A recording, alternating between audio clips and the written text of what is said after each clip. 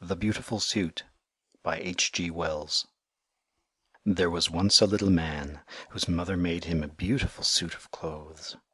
It was green and gold, and woven so that I cannot describe how delicate and fine it was, and there was a tie of orange fluffiness that tied up under his chin, and the buttons in their newness shone like stars.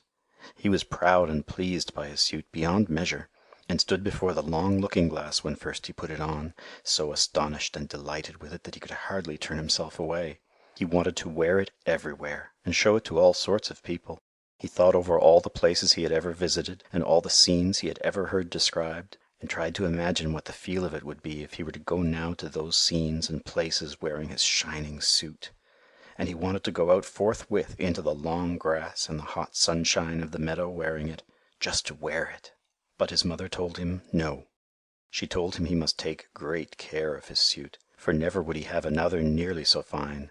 He must save it, and only wear it on rare and great occasions.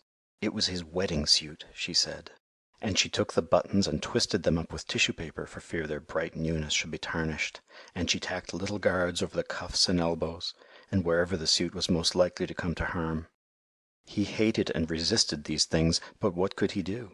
And at last her warnings and persuasions had effect, and he consented to take off his beautiful suit and fold it into its proper creases, and put it away. It was almost as though he gave it up again.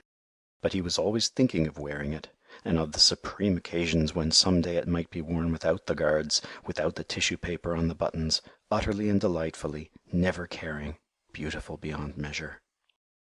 One night, when he was dreaming of it after his habit, he dreamt he took the tissue paper from one of the buttons, and found its brightness a little faded, and that distressed him mightily in his dream. He polished the poor faded button and polished it, and if anything, it grew duller. He woke up and lay awake, thinking of the brightness a little dulled, and wondering how he should feel if perhaps when the great occasion, whatever it might be, should arrive, one button should chance to be ever so little short of its first glittering freshness. And for days and days that thought remained with him distressingly. And when next his mother let him wear his suit, he was tempted and nearly gave way to the temptation just to fumble off one little bit of tissue paper and see if indeed the buttons were keeping as bright as ever. He went trimly along on his way to church, full of this wild desire, for you must know that his mother did, with repeated and careful warnings, let him wear his suit at times. On Sundays, for example, to and fro from church, when there was no threatening of rain, no dust blowing, nor anything to injure it, with its buttons covered and its protections tacked upon it, and a sunshade in his hand to shadow it if there seemed too strong a sunlight for its colors. And always after such occasions he brushed it over and folded it exquisitely as she had taught him, and put it away again. Now all these restrictions his mother set to the wearing of his suit he obeyed. Always he obeyed them, until one strange night he woke up and saw the moonlight shining outside his window. It seemed to him the moonlight was not common moonlight, nor the night a common night, and for a while he lay quite drowsily, with this odd persuasion in his mind. Thought joined on to thought like things that whisper warmly in the shadows. Then he sat up in his little bed suddenly very alert, with his heart beating very fast, and a quiver in his body from top to toe. He had made up his mind. He knew that now he was going to wear his suit as it should be worn. He had no doubt in the matter. He was afraid, terribly afraid, but glad, glad. He got out of his bed, and stood for a moment by the window looking at the moonshine-flooded garden, and trembling at the things he meant to do. The air was full of a minute clamour of crickets and murmurings, of the infinitesimal shoutings of little living things. He went very gently across the creaking boards for fear that he might wake the sleeping house, to the big dark clothes press wherein his beautiful suit lay folded, and he took it out garment by garment and softly and very eagerly tore off its tissue paper covering and its tacked protections until there it was, perfect and delightful as he had seen it when first his mother had given it to him, a long time it seemed ago. Not a button had tarnished, not a thread had faded on this dear suit of his. He was glad enough for weeping as in a noiseless hurry he put it on. And then back he went, soft and quick, to the window that looked out upon the garden, and stood there for a minute shining in the moonlight, with his buttons twinkling like stars, before he got out on the sill, and, making as little of a rustling as he could, clambered down to the garden path below. He stood before his mother's house, and it was white and nearly as plain as by day, with every window blind but his own shut like an eye that sleeps. The trees cast still shadows like intricate black lace upon the wall. The garden in the moonlight was very different from the garden by day. Moonshine was tangled in the hedges and stretched in phantom cobwebs from spray to spray. Every flower was gleaming white or crimson black, and the air was aquiver with the thridding of small crickets and nightingales singing unseen in the depths of the trees. There was no darkness in the world, but only warm, mysterious shadows, and all the leaves and spikes were edged and lined with iridescent jewels of dew.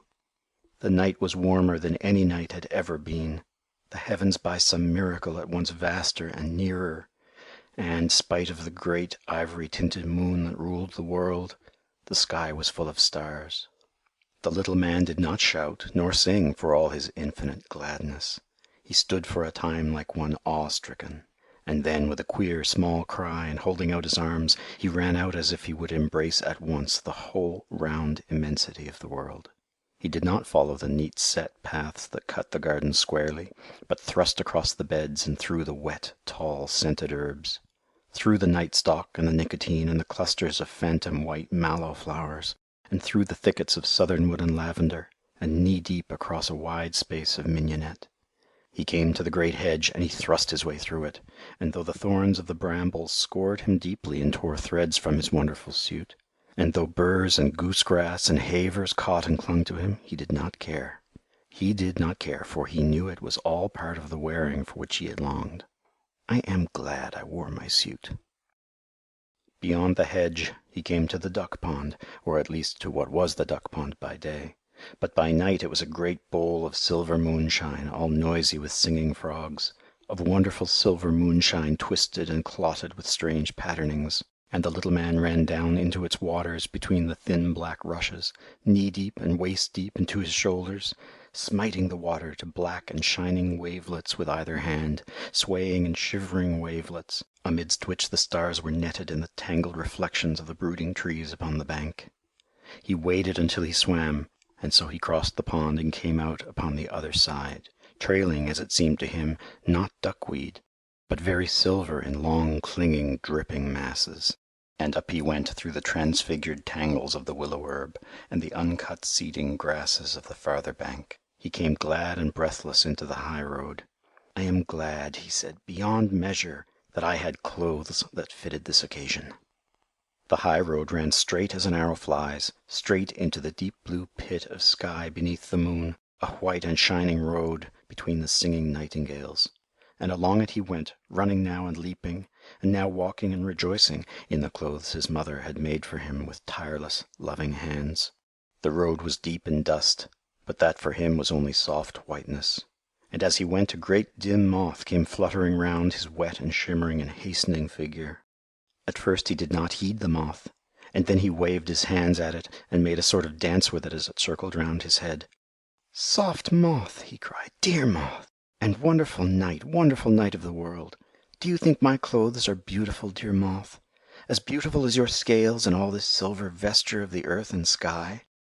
And the moth circled closer and closer until at last its velvet wings just brushed his lips. And next morning they found him dead, with his neck broken, in the bottom of the stone pit, with his beautiful clothes a little bloody, and foul and stained with the duckweed from the pond. But his face was a face of such happiness that, had you seen it, you would have understood indeed how that he had died happy, never knowing that cool and streaming silver for the duckweed in the pond. End of The Beautiful Suit. Recording by Sean Michael Hogan, St. John's, Newfoundland, Canada.